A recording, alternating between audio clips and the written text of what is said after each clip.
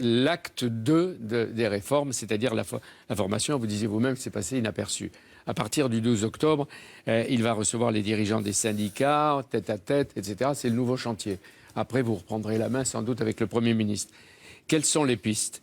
Est-ce que vous allez cette fois-ci vous occuper vraiment des chômeurs et des non qualifiés? Alors, la priorité, c'est effectivement, c'est aussi important que la loi sur le travail.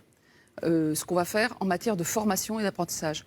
Il faut bien comprendre que la formation, que ce soit l'apprentissage, que ce soit la formation continue tout au long de sa vie, c'est d'abord une protection contre le chômage, comme je le disais. Les personnes qui ont une qualification, un métier reconnu, sont très peu au chômage.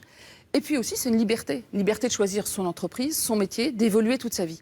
Donc c'est cette protection, cette liberté, aujourd'hui, on avait de l'avance en 1971. Quand Jacques Delors a lancé la formation professionnelle, la France était en avance. Il y a 46 ans, presque un demi-siècle. Voilà, ça fait un peu longtemps. Oui. Et aujourd'hui, on a besoin de changer d'échelle, de reprendre de l'avance, parce qu'on va vers une société, dans le monde entier, mais en France aussi. Avec les technologies, avec l'intelligence la transformation artificielle, avec les robots, etc. Les gens qui auront les compétences vont... Et donc, il faut que tout le monde puisse saisir sa chance. Tout au long de la vie. Donc, l'apprentissage, par exemple, on n'a que 400 000 apprentis en France.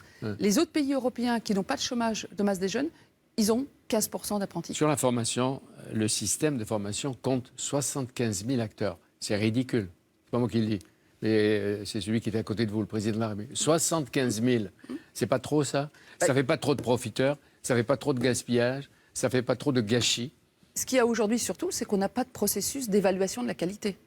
N'importe qui peut se prétendre formateur. À peu près. Alors, il y a de l'excellent et du moins bon. Mais c'est des milliards perdus, ça. Oui, on peut le reconnaître. C'est plus que des milliards. C'est que si quelqu'un va dans une formation qui n'est pas la bonne formation, c'est une perte de chance. Il est jeune, il est demandeur d'emploi, il est salarié, il attend une formation de qualité. Donc il y a des choses formidables, il y en a d'autres pas. Donc évidemment, dans les discussions que nous aurons avec les partenaires sociaux et les régions, on va discuter des labels qualité, de l'évaluation de la formation. Il y aura moins de 75 000. Probablement.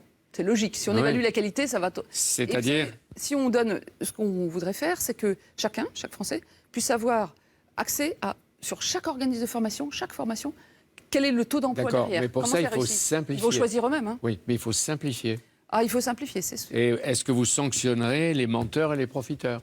Il suffit de regarder les émissions de télé, comme ici à CNews ou un peu partout, et on voit les tricheries. Est-ce que vous sanctionnerez ceux qui trichent? De toute façon, c'est un marché, la formation. Et quand vous mettez en place une vraie politique de qualité d'évaluation, les gens n'iront plus vers les formations dont ils sauront qu'elles ne sont pas efficaces. Alors, c'est l'information continue à l'école et pour l'âge adulte, etc. Vous l'avez dit, 15 milliards, un plan d'investissement, etc. Oui. Mais la question sont des sommes importantes. À qui elles seront attribuées et qui va les gérer? Alors, les 15 milliards du plan d'investissement dans les compétences, sur les 5 ans qui viennent, qui a été annoncé, sera essentiellement pour les jeunes et pour les demandeurs d'emploi. Aujourd'hui, on a énormément de jeunes qui n'ont pas de qualification et qui n'arrivent pas à accéder à l'emploi durable. Ils arrivent à trouver des emplois précaires, et donc ça, c'est clé. Et les demandeurs d'emploi longue durée, pour la même raison. Et l'apprentissage, on dit donner des lettres de noblesse à l'apprentissage.